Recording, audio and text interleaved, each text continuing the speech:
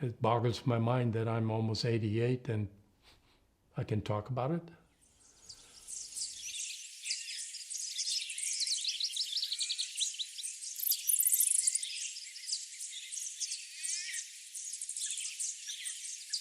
And I do have the memories of the war. One of the ones that really got imprinted is we were running to the bomb shelter one day when the alarm had been given too late and the bombs were falling around us. And the lady who was running beside me all of a sudden falls over and half her head was gone.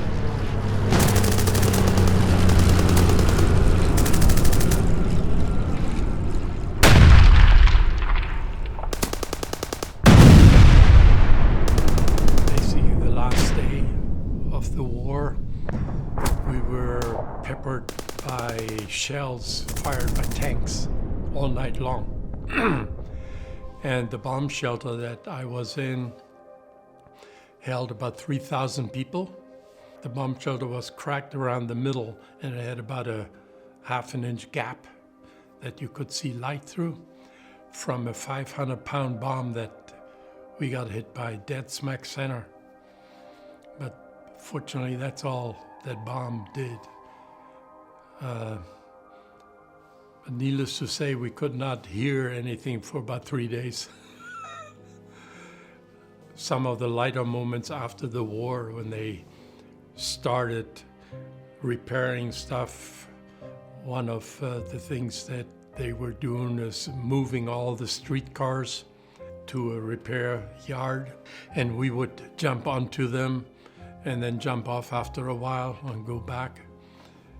And I remember the first time when I tried to jump off, so I fell flat on my back because I jumped off the wrong way. Never doing that again. It was kind of tough because in '42, when I turned 6, I was in school for a while, and then the bombing got so bad and the school building got damaged to the point where we couldn't go anymore. And it became an on and off thing.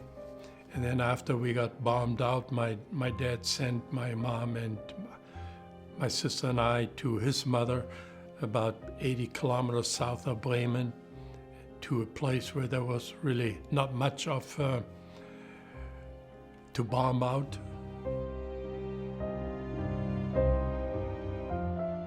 I went to high school, but I quit in 10th grade.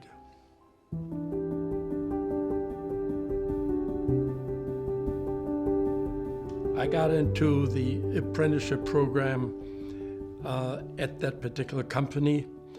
I think partly through the help of my dad. My dad ran the apprenticeship program where he was supervising manager, so to speak. We were building ships up to 3,000 tons and everything that went onto the ships. It had been bombed out 95% at the end of the war. So when I started my apprenticeship 8 years after the war, they were back up to almost 100%. And then time came where my parents had to sign. Since I wasn't 21 yet, they still controlled me. He said, "No, you don't. You're not going. You're staying." And my mom was standing right beside us, and she turned to him and said, "What do you think he's going to do when he turns 21? So he looks at her, looks at me, not go. Simple as that. That was his go, do it.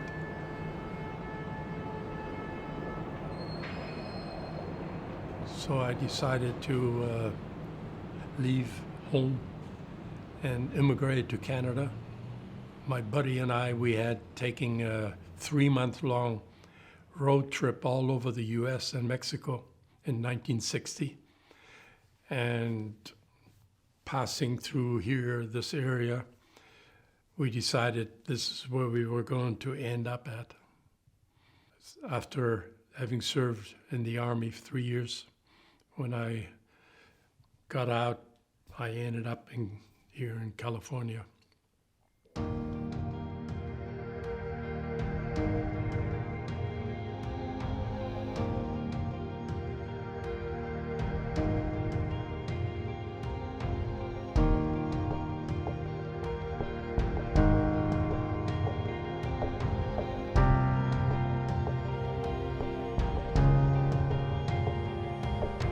To start with, in '82, I did some side jobs.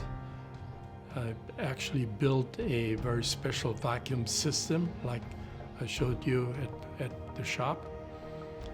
And then I got talked into going into business for a company that was building and rebuilding vacuum equipment, primarily so-called ion pumps. So I did that until I turned 70, at which point I was supposed to sell that business back to the people who talked me into doing that work for them to begin with. Fortunately, my son decided that he could use my equipment to start his own business, which suited me just fine because that way I didn't have to retire. And that's where it is. And our deal is that he dreams it up and I build it. Freddie and I start working together. We typically put our heads together to find out what he wants and needs, and then what he wants me to try and create. And then I basically go sit down and design along the line of what he had described. And I've been able more times than not to surprise him with the results after that initial discussion within 2 hours. I say, "Is this what you had in mind?" And he just shakes his head. "How the heck did you get that done so fast?" Experience.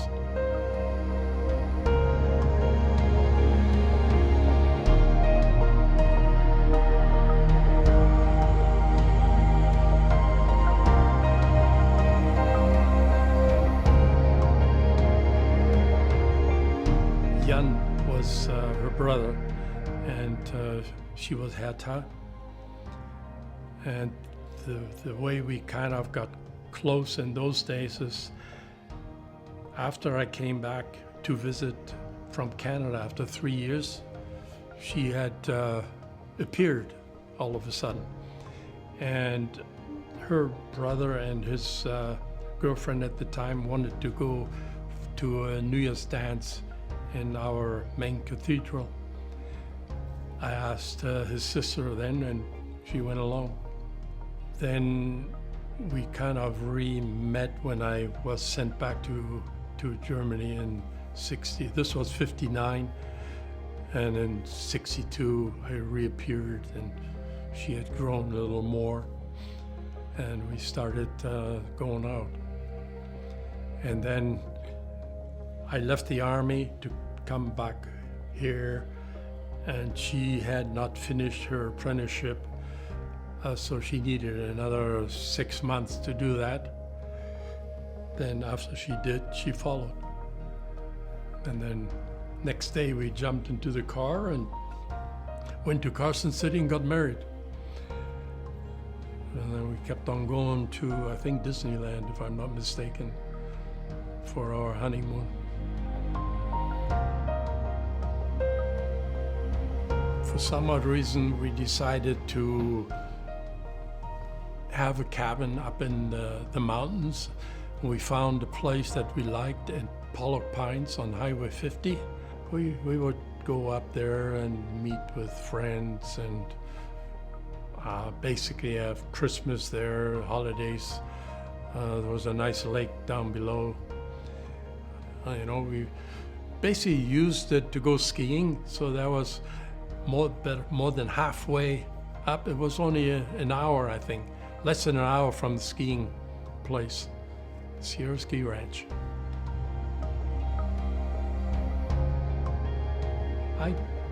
we, my wife, my ex included, we tried to raise our children so that they would be totally self-reliable at the appropriate age, sooner rather than later. So I think they became mature rather early. We did not smother them. One time they chased each other around a coffee table, and I think it was her fell over and hit her tooth on the coffee table, and naturally started crying. I totally ignored her. I inspected the table for damage, and that made her just shut up. But that's the kind of stuff that I think helps you grow. Because I think that's what I had to go and went through doing my upbringing, even though maybe under different conditions. To just watch them the way they have turned out, appreciating that, and the way that especially she can handle me, I enjoy that. I think other people would say, boy, you're gonna let her do that. Yeah, I enjoy that. I like to be told by her. That doesn't mean that I really am gonna do what I'm told, you know. I only do what I want to do. But I don't mind being told anything. It's, you know, to me that's life. Vince, I really like him and get along. I think I get along well with him. I know I do because of the way we talk to each other, we harass each other, and I like that, and I think he likes me coming back at him too. That's the thing I like. I don't mind throwing something at you if I know you can throw things back at me rather than maybe getting a little upset. So I only do that to people who I know will come back at me. That's where the fun is.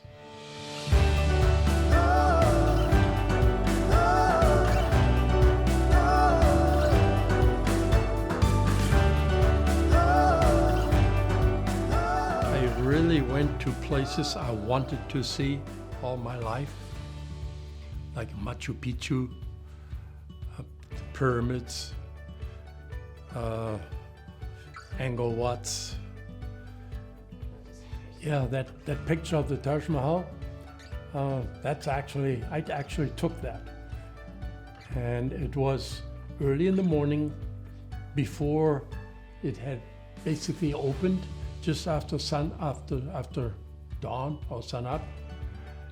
And the guide told me how to get that picture.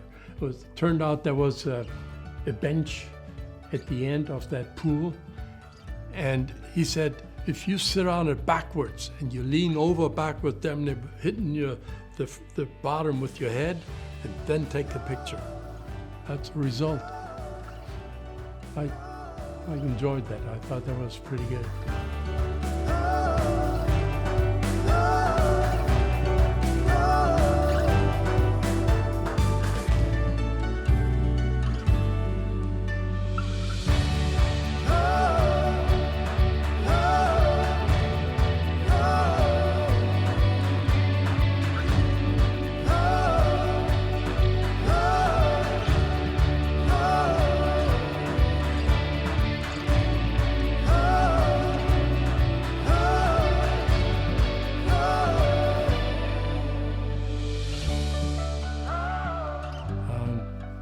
So that's the story of that.